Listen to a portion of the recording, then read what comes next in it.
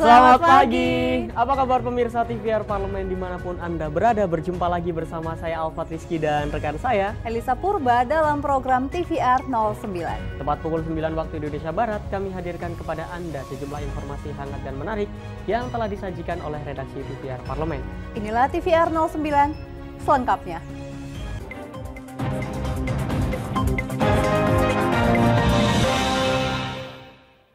Pemirsa, terkait beredarnya draft naskah akademik dari Rancangan Undang-Undang Sistem Pendidikan Nasional atau RUU Sisdiknas menimbulkan kontroversi di masyarakat.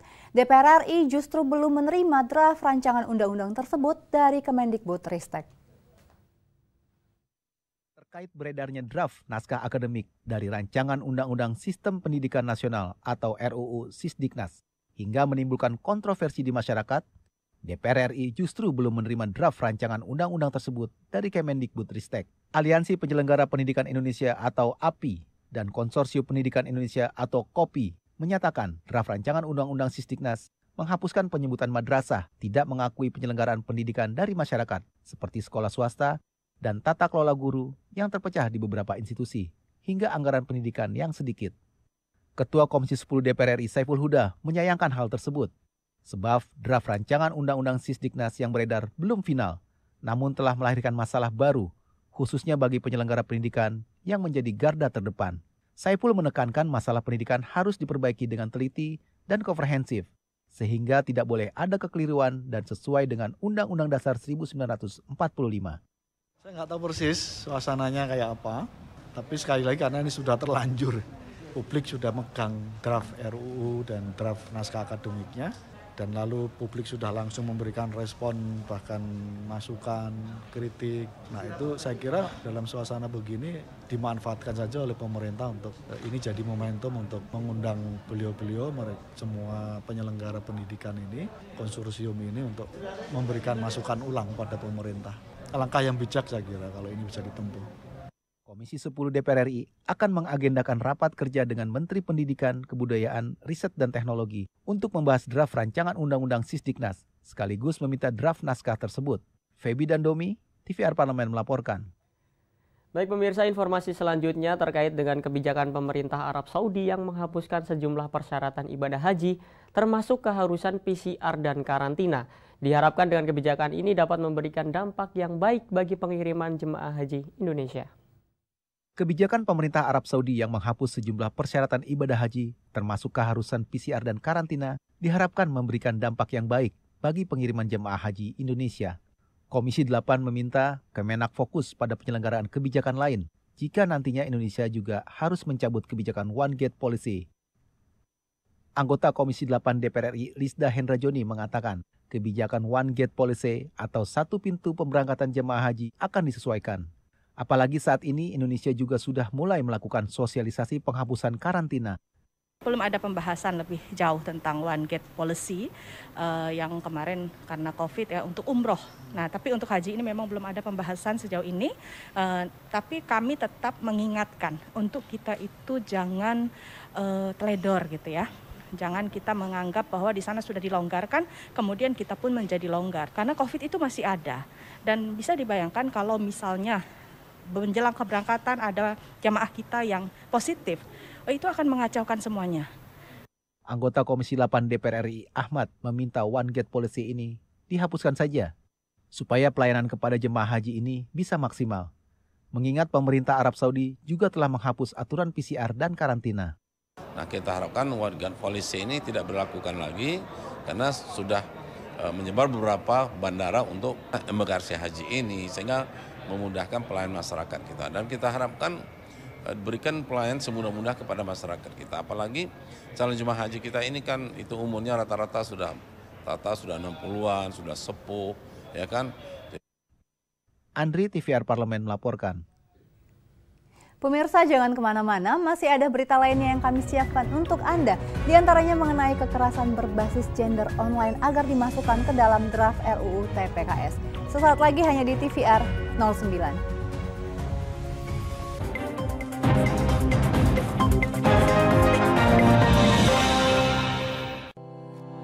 Tugas dan fungsi DPR RI sangat penting bagi negeri ini sebagai pengemban amanat rakyat. Namun tidak banyak yang tahu apa saja fungsi dan tugas dari DPR. DPR mempunyai 3 fungsi pokok, yaitu legislasi, anggaran, dan pengawasan. Ketiga fungsi tersebut harus dilaksanakan dalam kerangka fungsi representasi yang mengedepankan kepentingan rakyat berdasarkan aspirasi masyarakat dan untuk kesejahteraan rakyat.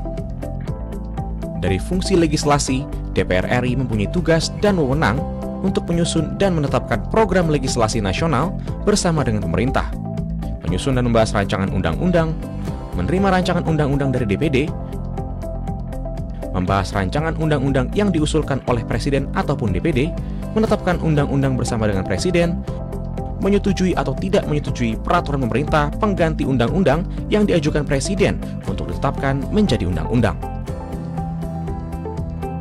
Sementara, fungsi anggaran membahas dan memberikan persetujuan atau tidak memberikan persetujuan terhadap rancangan undang-undang tentang APBN yang diajukan Presiden, memperhatikan pertimbangan DPD atas rancangan undang-undang tentang APBN dan rancangan undang-undang terkait pajak, pendidikan, dan agama, menindaklanjuti hasil pemeriksaan atas pengelolaan dan tanggung jawab keuangan negara yang disampaikan oleh BPK, memberikan persetujuan terhadap pemindahtanganan aset negara maupun terhadap perjanjian yang berdampak luas bagi kehidupan rakyat yang terkait dengan beban keuangan negara. Dan fungsi pengawasan, melakukan pengawasan terhadap pelaksanaan undang-undang, APBN, dan kebijakan pemerintah, membahas dan menindaklanjuti hasil pengawasan yang disampaikan oleh DPD terkait pelaksanaan undang-undang mengenai otonomi daerah, pembentukan, pemekaran, dan penggabungan daerah, pengelolaan sumber daya alam dan sumber daya ekonomi lainnya, pelaksanaan APBN, pajak, pendidikan, dan agama. Terima kasih. Video ini dipersembahkan oleh TV dan Radio Parlemen, Biro Pemerintahan Parlemen, Sekretariat Jenderal, dan Badan Keahlian DPR RI.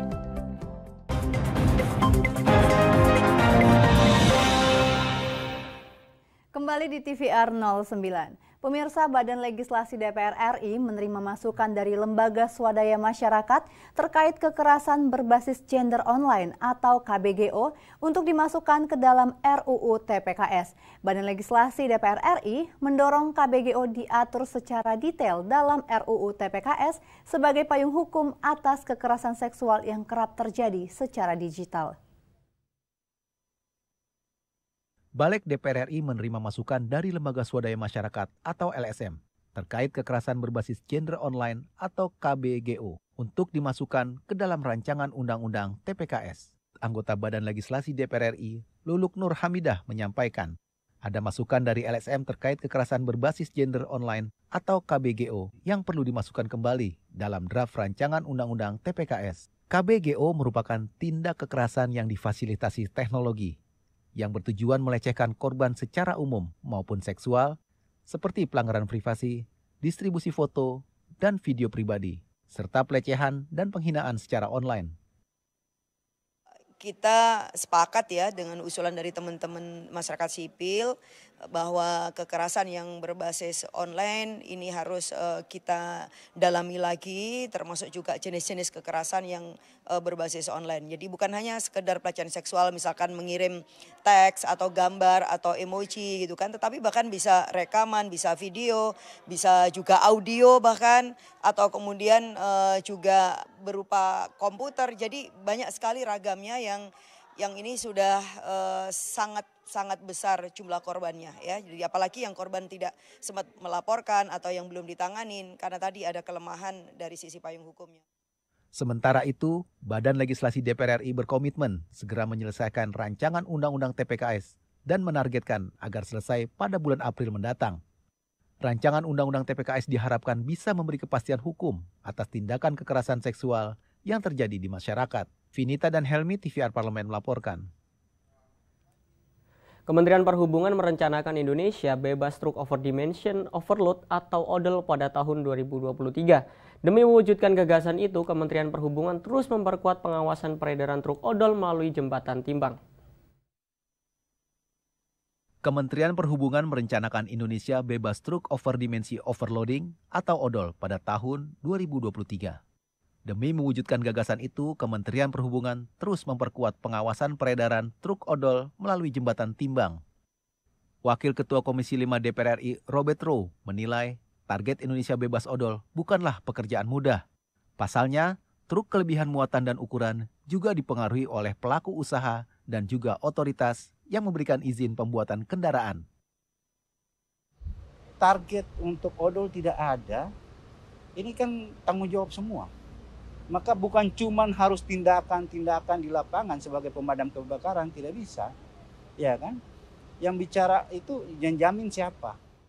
Dasar hukum penanganan truk odol atau angkutan kelebihan muatan dan dimensi adalah Undang-Undang Nomor 22 Tahun 2009. Oleh karenanya, pemerintah melalui Direktur Prasarana Transportasi Jalan Kementerian Perhubungan, Popik Montanasya, berkomitmen untuk mengurangi eksistensi truk odol yang diharapkan mencapai target pada tahun 2023. Sebetulnya yang kita lakukan ini tidak strike sekali. Masih ada beberapa toleransi. Waktu tahun 2017, Kementerian Perhubungan memberikan kelebihan muatan ini toleransinya sampai 40%. Namun pada saat ini toleransi sudah berkurang dan nanti akan menjadi toleransi 0 pada tahun 2023. Nah, di sinilah sebetulnya yang menjadi. Petugas Jembatan Timbang Balongando telah memeriksa sekitar 42.000 angkutan di tahun 2021. Dari Karawang, Jawa Barat, Akbar Prakoso, TVR Parlemen melaporkan.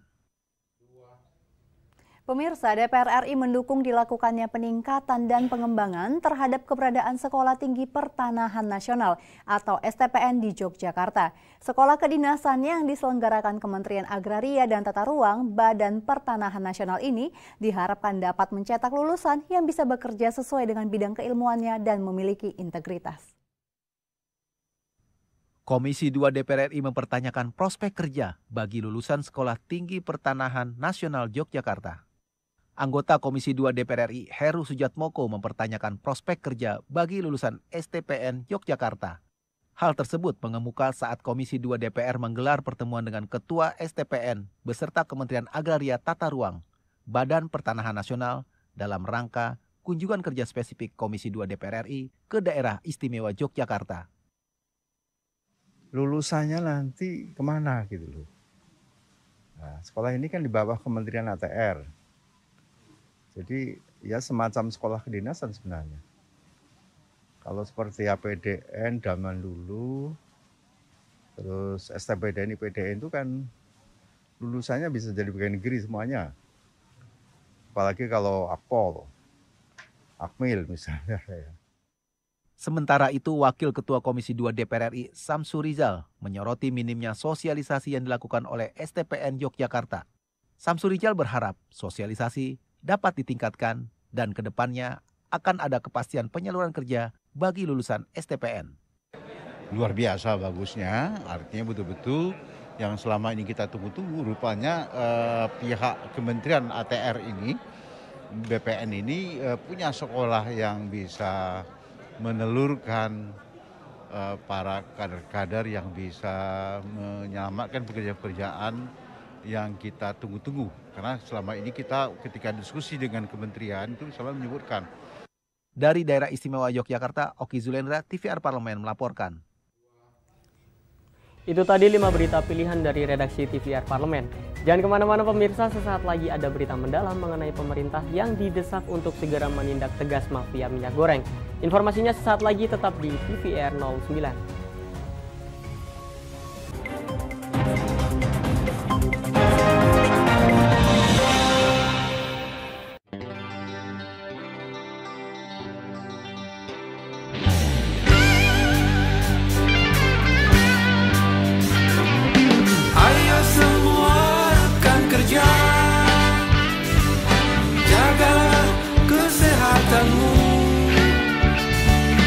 Jangan lupa cuci tangan pakai sabun. Awas nanti tertular virus.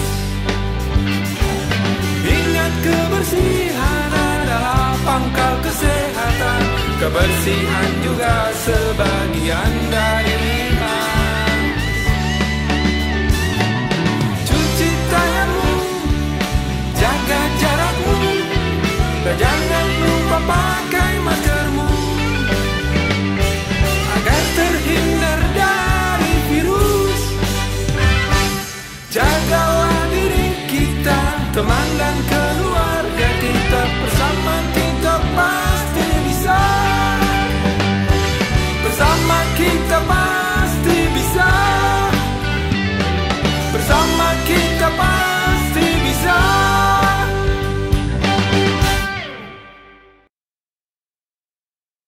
virus corona menjadi perbincangan dunia.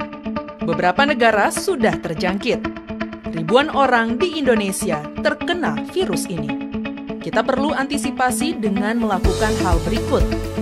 Cuci tangan dengan sabun dan antiseptik. Gunakan masker atau penutup mulut saat bersin dan batuk. Masak telur dan daging hingga matang. Hindari kontak dengan hewan. Tidak saling berjabat tangan. Tidak berinteraksi dengan penderita. Jika memiliki demam tinggi, batuk, pilek, gangguan pernafasan, sakit tenggorokan, dan letih lesu, segera periksakan ke dokter. Waspada virus corona, cegah penyakit sejak dini. Dipersembahkan oleh TVR Parlemen, Biro Pemberitaan Parlemen, Sekjen dan DK DPR RI.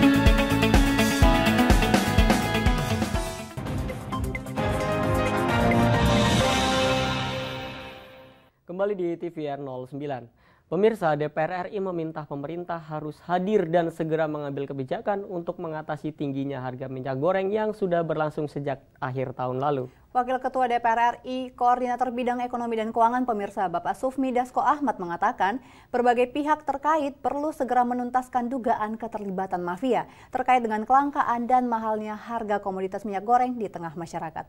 Simak telah dirangkum oleh tim redaksi TVR Parlemen. Berikut ini. Kisruh kelangkaan minyak goreng masih ramai diperbincangkan publik. Terhitung sejak akhir tahun lalu, pemerintah berulang kali mengeluarkan kebijakan untuk menekan kelangkaan minyak goreng. Namun juga belum berhasil. Alih-alih menyelesaikan masalah, Menteri Perdagangan Muhammad Lutfi justru kerap melontarkan pernyataan kontroversial.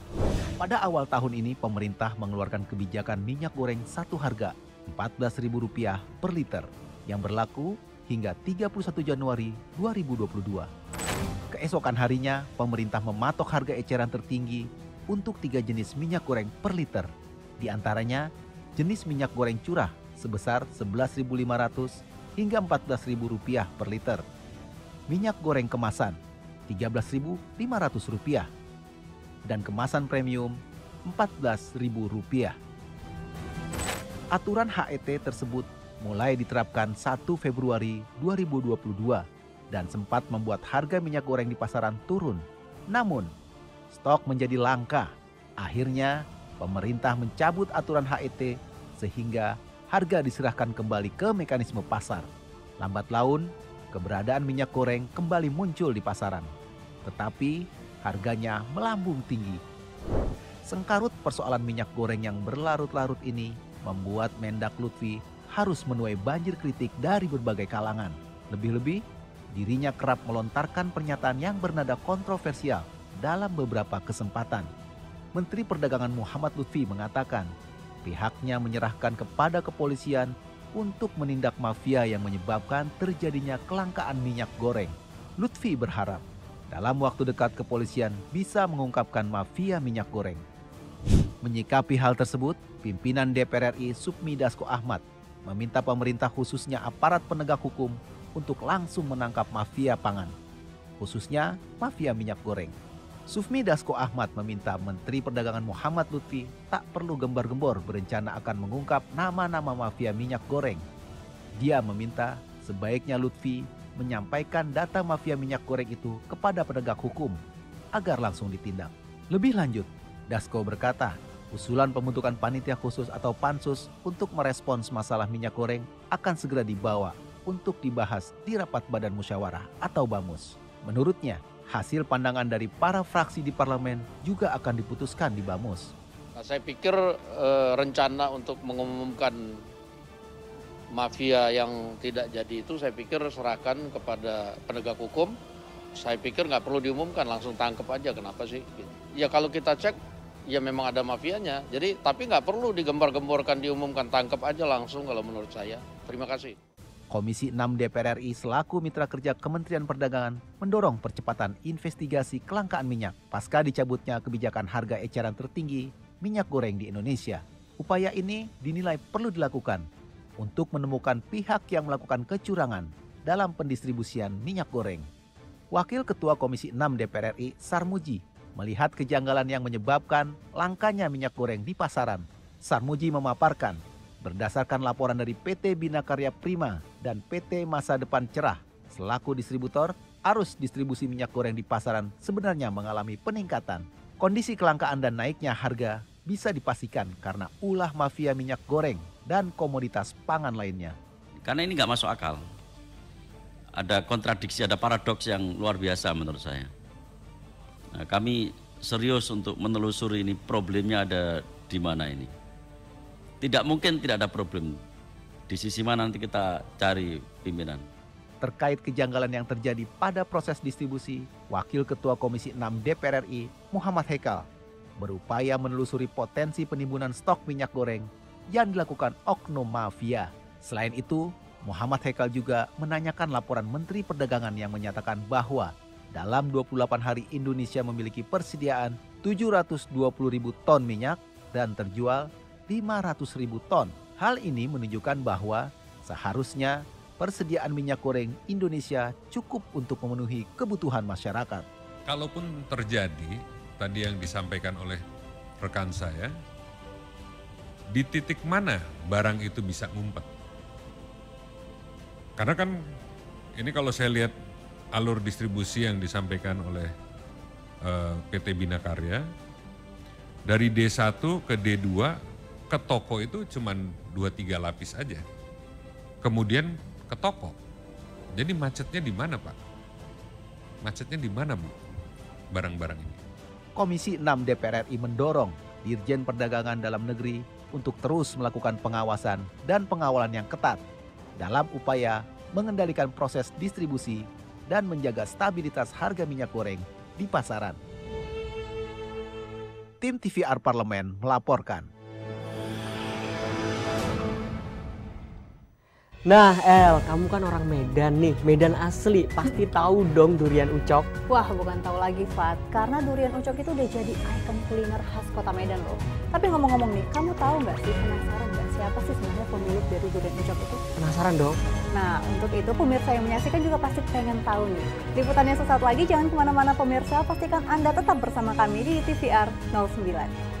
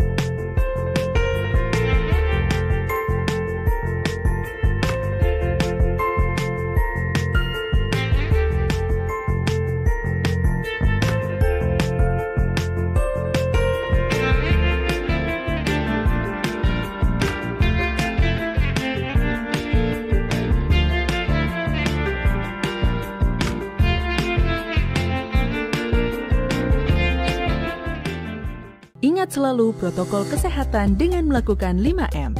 Memakai masker, mencuci tangan pakai sabun, menjaga jarak, menjauhi kerumunan, membatasi mobilisasi dan interaksi.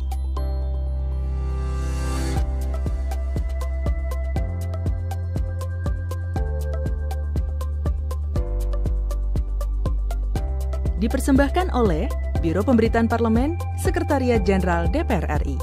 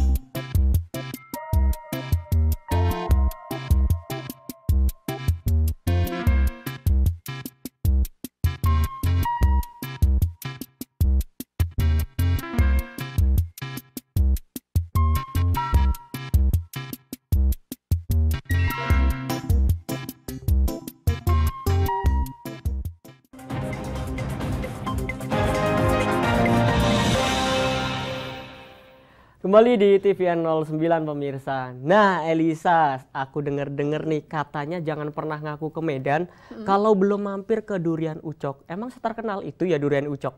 Nah, tanpa berlama-lama lagi nih, daripada penasaran juga pemirsa di rumah, yuk kita saksikan dan simak informasi lengkapnya berikut ini.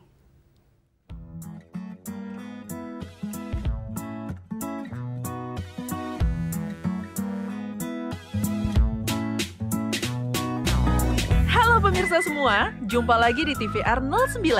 Kali ini TVR 09 akan mengajak Anda berjalan-jalan ke Kota Medan untuk menikmati ragam kulinernya yang sangat khas dan beragam. Salah satunya adalah durian. Bicara Medan tentu tidak akan lengkap jika tidak bicara durian. Bicara durian juga hampir tidak lengkap jika tidak tahu ucok durian. Bahkan mereka yang belum pernah sama sekali ke Medan, banyak yang sudah pernah mendengar nama ucok durian. Ucok durian merupakan salah satu gerai durian di Medan. Sebenarnya ada banyak gerai durian di Medan. Bagaimana tidak banyak? Karena Medan sendiri termasuk salah satu produsen durian paling enak se-Indonesia. Sumber durian yang didapat dari berbagai daerah seperti Sibolga, Pematang Siantar, dan durian dengan kualitas yang paling mantap berasal dari Sidikalang. Ucok durian ini sudah menjadi semacam trademark di kota Medan. Oleh karenanya, tempatnya paling ramai dikunjungi, baik oleh warga Medan sendiri ataupun pendatang. Jangan membayangkan pemilik ucok durian adalah orang Batak ya, karena terdapat kata ucok. Pemilik ucok durian adalah Bapak Zainal Abidin Caniago. Bapak Zainal Abidin atau yang akrab disapa Ucok sudah bergelut dalam dunia kuliner durian sejak 34 tahun yang lalu loh. Namun, ia baru mendirikan usaha sendiri sekitar 25 tahun yang lalu. Tak langsung melejit, Ucok mengaku pernah mengalami jatuh bangun selama berjualan durian. Mulai dari berjualan kaki lima, hingga kini kedainya yang sudah melekat dan menjadi ikon kuliner di kota Medan. Gak main-main loh pemirsa, pelanggan Ucok durian ini datang dari berbagai kalangan. Mulai dari penduduk lokal, tokoh masyarakat, anggota DPR, hingga Presiden Joko Widodo pun pernah mencicipi kelezatan durian Ucok jika berkunjung ke Medan. Jadi rasanya tak berlebihan ya, jika dibilang durian Ucok adalah tempat wajib mampir bagi penggemar durian yang sedang berkunjung ke Medan. Kedai Bang Ucok yang berada di Jalan Wahid Hashim ini tak pernah kehabisan stok durian meskipun jumlah pembeli yang datang tak pernah sedikit. Pembeli biasa datang dan menyantap durian di tempat. Satu buah durian tak akan cukup memuaskan perut dan lidah pecinta durian. Bagi yang sudah kenyang menyantap durian di tempat, namun masih ingin membawanya pulang, jangan khawatir. Durian Ucok punya solusinya, yaitu paket durian kemasan. Lalu, bagaimana jika durian ditahan di bandara karena aromanya yang tajam? Solusinya, Ucok durian akan mengemas daging durian dengan rapi dalam sebuah kotak rapat. Untuk menutup aroma khasnya, kemasan juga dilengkapi dengan daun pandan dan kopi agar aroma durian tersamarkan. Jadi, Anda bisa membawa durian dengan aman sampai ke rumah. Nah, sekian dulu ya pemirsa liputan kuliner kita kali ini. Jangan lupa, kalau berkunjung ke Medan, sempatkan mampir ke Ucok durian ya. Sampai jumpa lagi di episode TVR 09 berikutnya. Baik pemirsa, di penghujung acara kami informasikan kepada Anda agenda DPR RI pada hari ini Rabu 30 Maret 2022. Yaitu yang pertama pada pukul 10 waktu Indonesia Barat, Komisi 3 DPR RI akan mengadakan rapat kerja dengan Ketua KPK terkait capaian PNBP. Ada juga Komisi 4 DPR RI yang mengadakan rapat dengar pendapat umum dengan Ketua Umum Asosiasi Industri Minyak Makan Indonesia dan juga Ketua Gabungan Industri Minyak Nabati. Lalu ada Badan Legislasi DPR RI yang menerima audiensi dari Komnas Perempuan dan Pimpinan Pusat Aisyah terkait pembahasan RUU TPKS. Dan pada siang harinya pada pukul 14 waktu Indonesia Barat, Komisi 6 DPR RI mengadakan rapat dengar pendapat dengan Dirjen Perdagangan Dalam dan Luar Negeri, Dirjen Perlindungan Konsumen, dan Tertib Niaga Kementerian Perdagangan, serta sejumlah agenda DPR RI lainnya yang dapat disaksikan di layar televisi Anda. Pemirsa TVR Parlemen, demikian TVR 09 edisi kali ini. Jangan lupa kembali kami ingatkan, pandemi masih belum berakhir. Untuk itu terus taati protokol kesehatan dimanapun Anda berada. Segenap kru TVR Parlemen yang bertugas mengucapkan terima kasih. Saya Elisa Purba dan rekan saya Alfat Rizky, sampai bertemu kembali di TVR 09 esok hari. Sampai jumpa.